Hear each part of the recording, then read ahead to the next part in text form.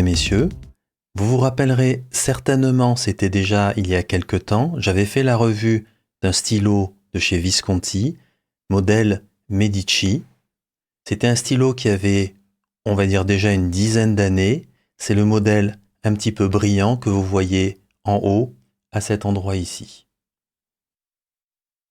Une des raisons pour laquelle j'avais fait la revue de ce stylo, c'était en particulier pour sa plume Palladium, et aussi parce que ce modèle est tout simplement très beau. Pour rappel, ce modèle Visconti d'il y a une dizaine d'années, ça n'était pas le modèle oversize, c'était le modèle de taille standard. D'ailleurs, vous vous rendrez compte dans cette vidéo qu'il est un peu plus petit que le deuxième modèle que je vais vous présenter ici. Justement, parlons-en de ce deuxième modèle. C'est le modèle qui est juste en dessous. C'est lui aussi un Visconti Medici, mais celui-ci n'a pas une dizaine d'années, il est de 2023. Le même modèle, mais avec quelques années d'écart. Ces deux modèles sont tous les deux dans la même finition, Briarwood, soit bois de bruyère. Tiens, allez, quelques mots sur la famille Medici. D'ailleurs, je pourrais parler de dynastie. Ce stylo a tout simplement été fait en honneur de la famille Medici, et c'est une famille qui a vraiment été importante en particulier à la Renaissance, car cette famille a vraiment dominé toute la République florentine, en jouant beaucoup avec les institutions, etc., etc. Les Medici, ou Médicis en français, à leur époque, ça a vraiment été une famille importante parce qu'elle a complètement influencé toute l'Europe, que ce soit au niveau financier, politique et aussi artistique. Et justement, cette famille Medici, elle est bien connue pour son mécénat auprès des artistes lors de la Renaissance. Du côté de ces deux stylos, ils sont tous les deux faits avec le même matériau, un matériau un petit peu novateur fait par Visconti qui s'appelle l'acrosilk. C'est un mélange de résine et de fibres de soie qui lui donne cette texture et cette apparence vraiment un petit peu particulière et qui donne vraiment une impression de bois. Bien entendu, comme j'ai déjà fait la revue du modèle d'il y a une dizaine d'années, je ne vais pas recommencer cette revue, mais je vais tout de même faire la revue du modèle 2023. Et tout au long de la vidéo, une des choses intéressantes, ça va être de regarder les différences qu'il y a entre les deux stylos qui représentent un petit peu deux générations différentes. Je passe à la revue de plus près et il y a déjà une première différence qui saute aux yeux, c'est la différence de taille. Tout simplement, le modèle ancien est plus petit que le nouveau modèle, mais ceci est normal. Je rappelle que sur le modèle ancien, je n'ai pas le modèle oversizé, j'ai le modèle de dimension normale. On peut voir cependant que désormais avec le modèle 2023, on a tout de même un stylo qui est de dimension plus conséquente et c'est vraiment très visible. Deuxième chose qui saute aux yeux, c'est au niveau de la finition. Donc nous sommes sur le même matériau. Alors je rappelle que sur ce matériau, il y a toujours, et quoi qu'il arrive, une face qui est, on va dire, claire et une face qui est beaucoup plus foncée. C'est aussi le cas sur les deux stylos, comme vous pouvez l'observer ici. Mais une chose qui saute aux yeux, c'est au niveau du polish. Ici, on est sur un polish qui est vraiment brillant.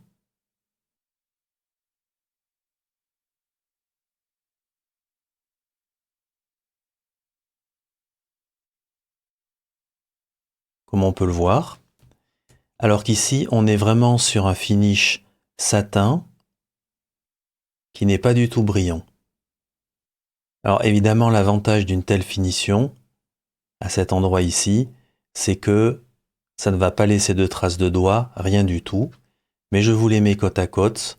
On voit vraiment une grosse différence, tout simplement parce que le fait d'avoir un polish complet ici va amener beaucoup plus de saturation, beaucoup plus de contraste au niveau des couleurs, ce qui sera beaucoup moins le cas. Donc on observera beaucoup moins l'effet clair et sombre, ici, de cet acrosilk. Donc on est là vraiment sur une grosse différence.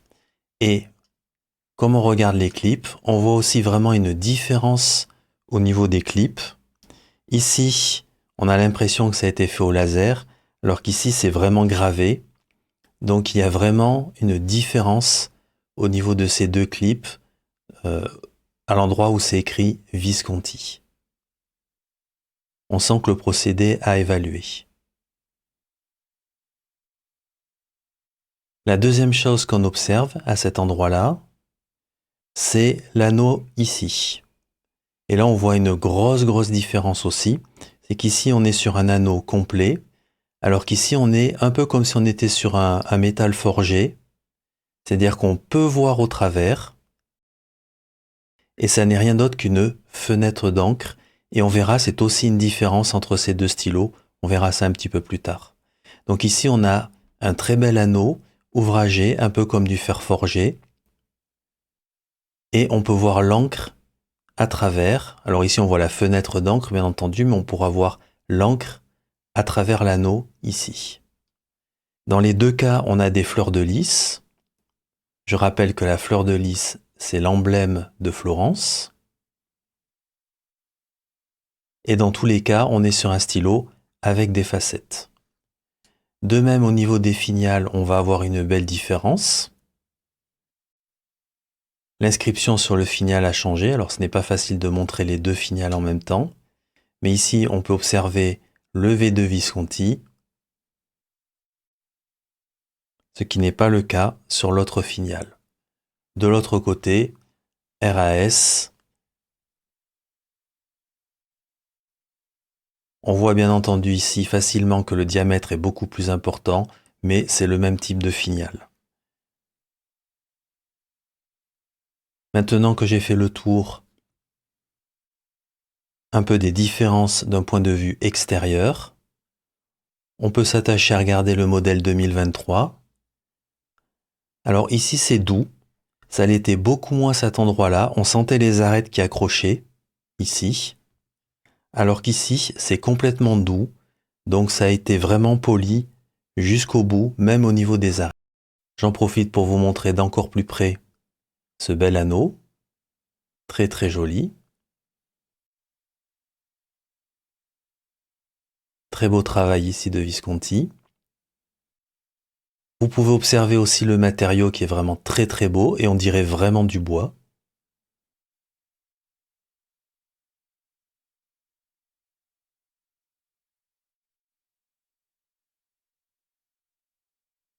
L'anneau ici est parfaitement bien intégré, aucun problème. On peut rejeter un petit coup d'œil au finial ici. Ça a été poli aussi à cet endroit-là.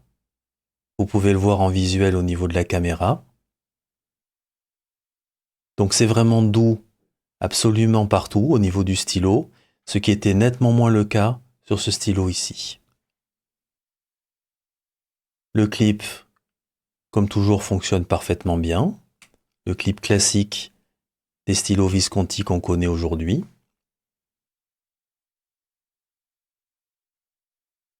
Toujours le système à baïonnette, c'était le cas aussi à cet endroit-là.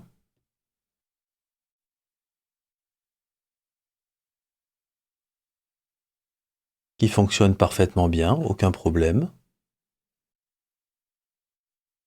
Je rappelle juste au niveau du finial, une chose que je ne vous ai pas dit, mais c'est le finial aimanté et vous pouvez remplacer ce finial par un finial avec vos initiales, une pierre semi-précieuse et d'autres choses.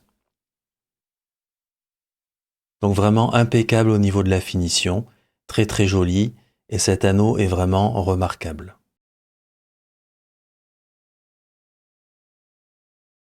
Je retire le capuchon, on jette un petit coup d'œil dedans, mais c'est très classique.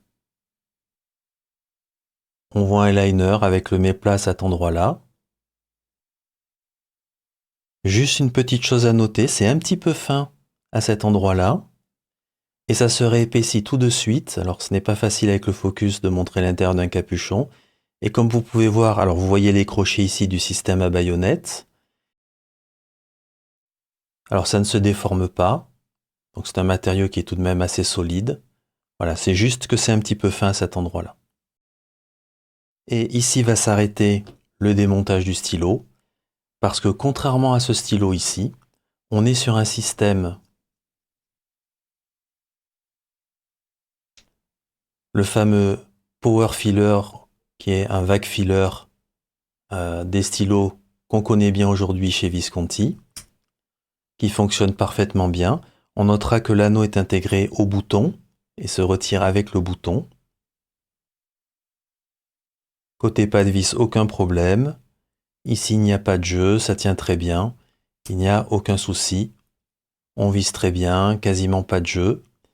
Et je vous ferai noter que les facettes se réalignent à la perfection. Dans tous les cas,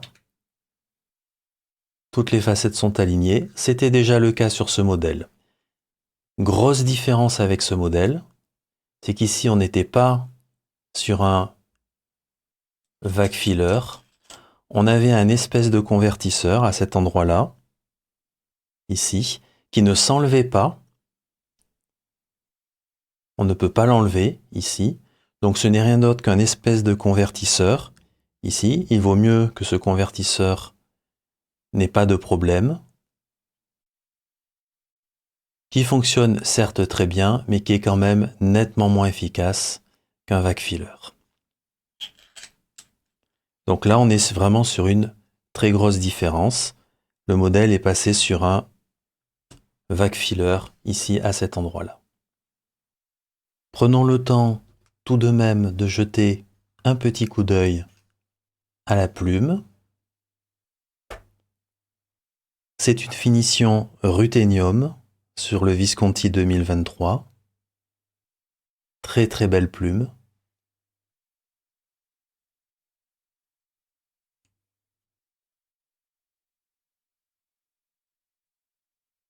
Plume extra fine comme vous pouvez le voir.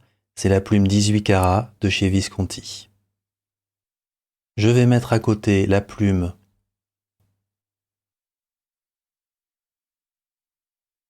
du Visconti Medici d'il y a une dizaine d'années.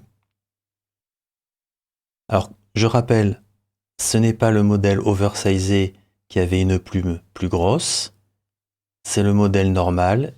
On voit que la plume est donc plus petite. Et pour rappel, ça c'est une plume en or. Et ici, nous sommes sur une plume en palladium.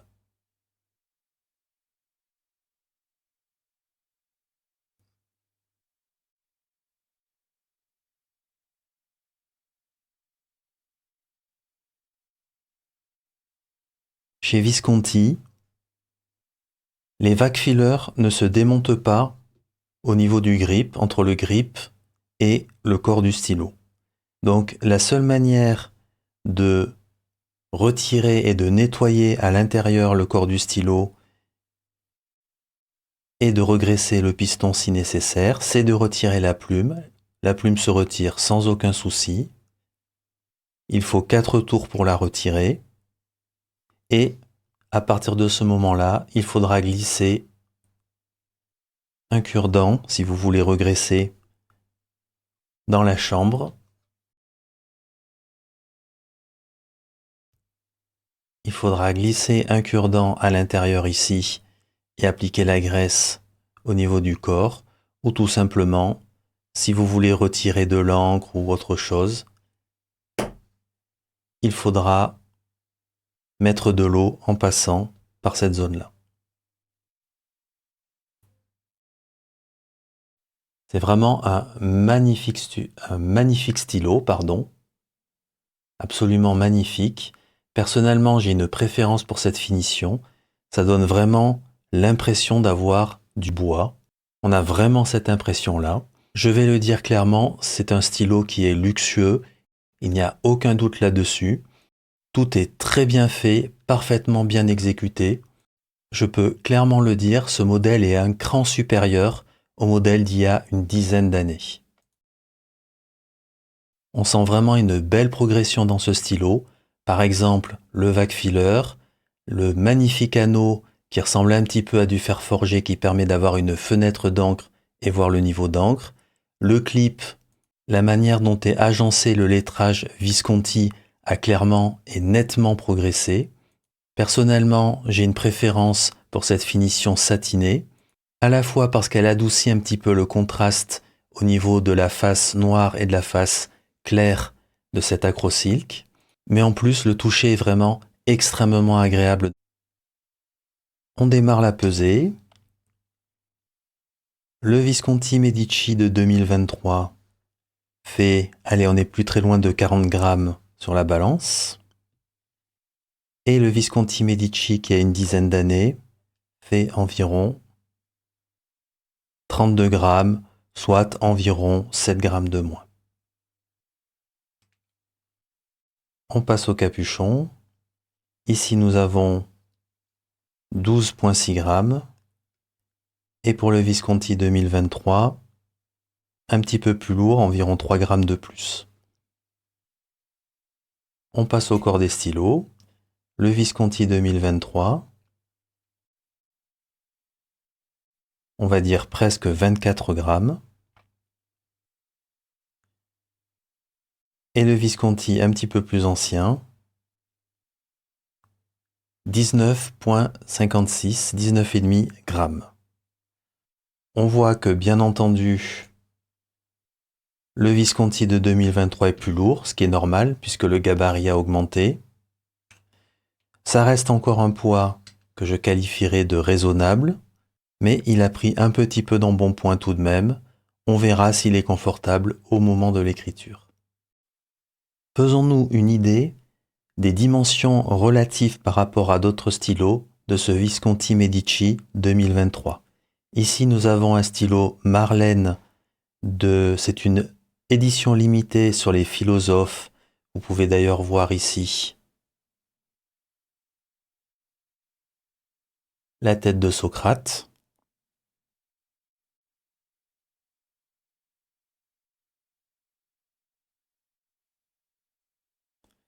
Ici, nous avons un Leonardo Momento Zero, tout ce qu'il y a de standard.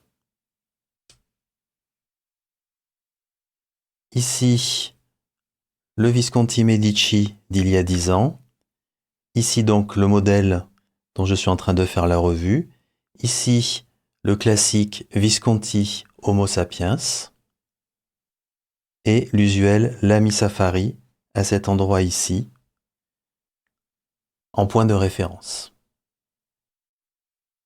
Ce que l'on observe, c'est que le modèle de chez Visconti est assez long. En fait, c'est le plus long avec l'Homo sapiens. Ici, donc ce sont des modèles qui sont plutôt longs, mais pas très longs. Et on constate tout de suite que l'Homo sapiens et le Visconti Medici, c'est vraiment des stylos qui ont des gabarits très très similaires.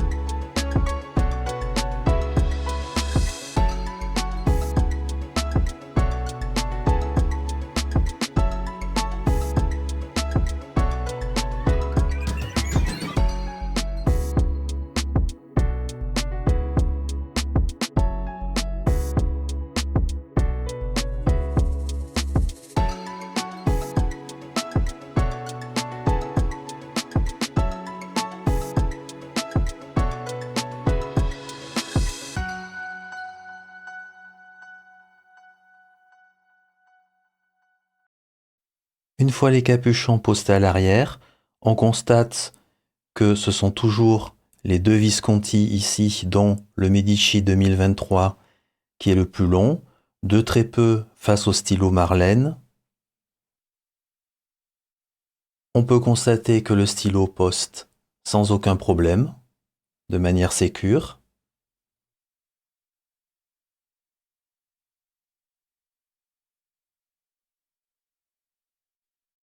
Lorsque je le prends dans la main, on voit que avec le capuchon, il est quand même bien long. Et par ailleurs, il ne poste pas très profondément. il poste tout de même correctement, mais ça a tendance à mettre un petit peu de poids vers l'arrière, puisqu'il ne poste pas profondément. À noter, peut-être que si vous avez des mains beaucoup plus longues, le point d'appui remontera et peut-être que ça sera un petit peu plus confortable.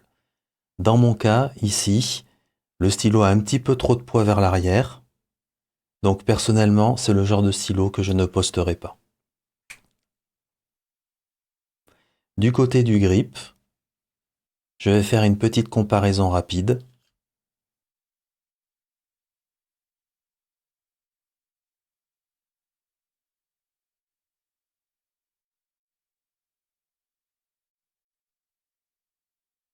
Comme vous pouvez le voir ici, il n'y a pas une énorme différence entre les deux grips. En fait, après mesure, le stylo Visconti a un grip qui fait environ 1/2 millimètre de plus dans sa partie la plus étroite, comparé ici au Leonardo dans sa partie la plus étroite à cet endroit ici. Donc on reste sur un grip, on va dire de taille moyenne, on pourrait presque dire moyen plus, mais ça reste tout de même un grip de taille tout à fait normale. Pour cette session d'écriture, je démarre par quelques mots sur le confort. Comme expliqué auparavant, je ne posterai pas le capuchon à l'arrière. Pour le reste, le stylo est très confortable.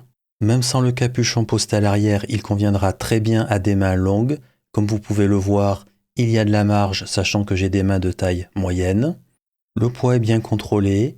Et par ailleurs, le grip, qui est de dimension à peine peut-être un petit peu plus gros que la moyenne, je pense conviendra à la plupart des mains. Mention plus par ailleurs à l'Acrosilk qui amène vraiment un toucher très agréable. Je passe maintenant à la plume. Et là, autant ne pas y aller par 4 chemins, c'est une plume de haute volée.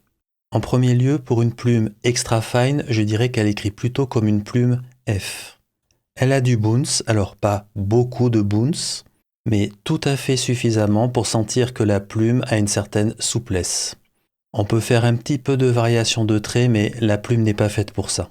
La plume est du côté humide, d'autant plus si on considère que c'est une plume, allez, on va dire de dimension F, même si c'est noté que c'est une extra fine. Et on ressent aussi un feedback qui est assez présent, mais je dirais pas envahissant. On ressent bien le passage de la plume sur le papier. Personnellement, je trouve ce feedback vraiment très agréable. Sans hésitation, je peux dire, à mon avis, qu'elle fait partie sans aucun doute des meilleures plumes qui existent aujourd'hui.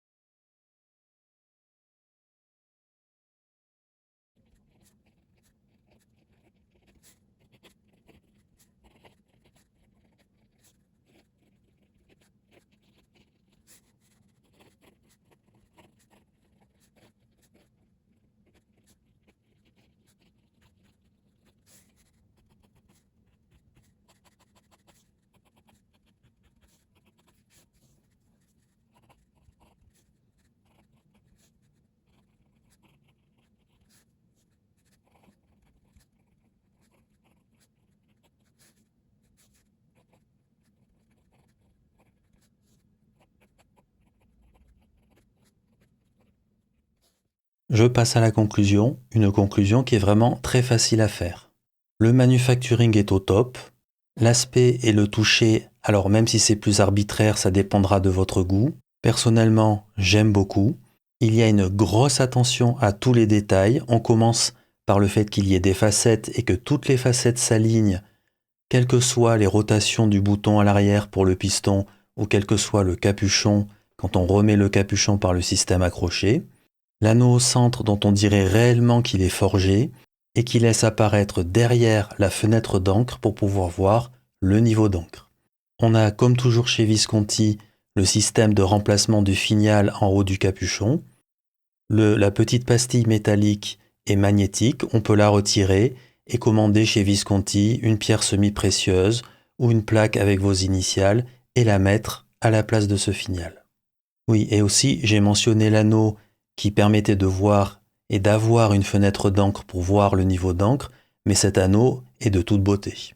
Pour remplir d'encre, nous avons le droit au fameux Power Filler de Visconti qui n'est rien d'autre qu'un vac filler, mais il est à double réservoir. Vous pourrez donc écrire sans avoir besoin de dévisser à l'arrière le bouton du système du vac filler. Vous ne le ferez que pour re-remplir le premier réservoir quand il sera épuisé pour faire venir l'encre du deuxième réservoir vers le premier réservoir. Que dire de l'Acrosilk, sinon que c'est, encore une fois, un nouveau matériau proposé par Visconti, innovant, beau, et j'ai presque l'impression de toucher du bois quand je touche ce matériau. À mon avis, tout simplement excellent. Le confort du stylo pendant qu'on écrit est vraiment très bon, avec un bémol cependant. Si vous n'avez pas une très grande main, il vaudra probablement mieux éviter de poster le capuchon à l'arrière. Ceci déséquilibrera notablement le stylo. Pour en terminer avec ce que j'ai aimé, eh bien la plume. C'est très simple, à mon avis, elle fait tout simplement partie des meilleures plumes qui existent dans le monde. Du côté du test de sécheresse de plume, toujours stylo vertical, plume vers le haut. Au bout de 24 heures, le stylo redémarre comme si de rien n'était. Je passe maintenant à ce que j'ai moins aimé. Il y a une toute petite chose que je considère tout de même très mineure. Quand on considère le bout du capuchon du côté du système accroché, je trouve que l'Acrosilk mériterait un tout petit peu plus d'épaisseur à cet endroit-là sur quelques millimètres. Heureusement, au bout de 5-6 mm, ça se réépaissit notablement, donc ça reste tout de même solide, ça ne se déforme pas avec un peu de pression, mais comme vous le savez, quand on atteint une certaine gamme de prix, j'estime qu'on a le droit à la quasi-perfection. Justement, en parlant de perfection, il faut bien l'avouer, ce stylo n'en est vraiment pas bien loin. C'était la revue d'un stylo plume fait par la compagnie Visconti, modèle Medici, finition Briarwood, Ruthenium. Je vous remercie pour votre attention et à bientôt.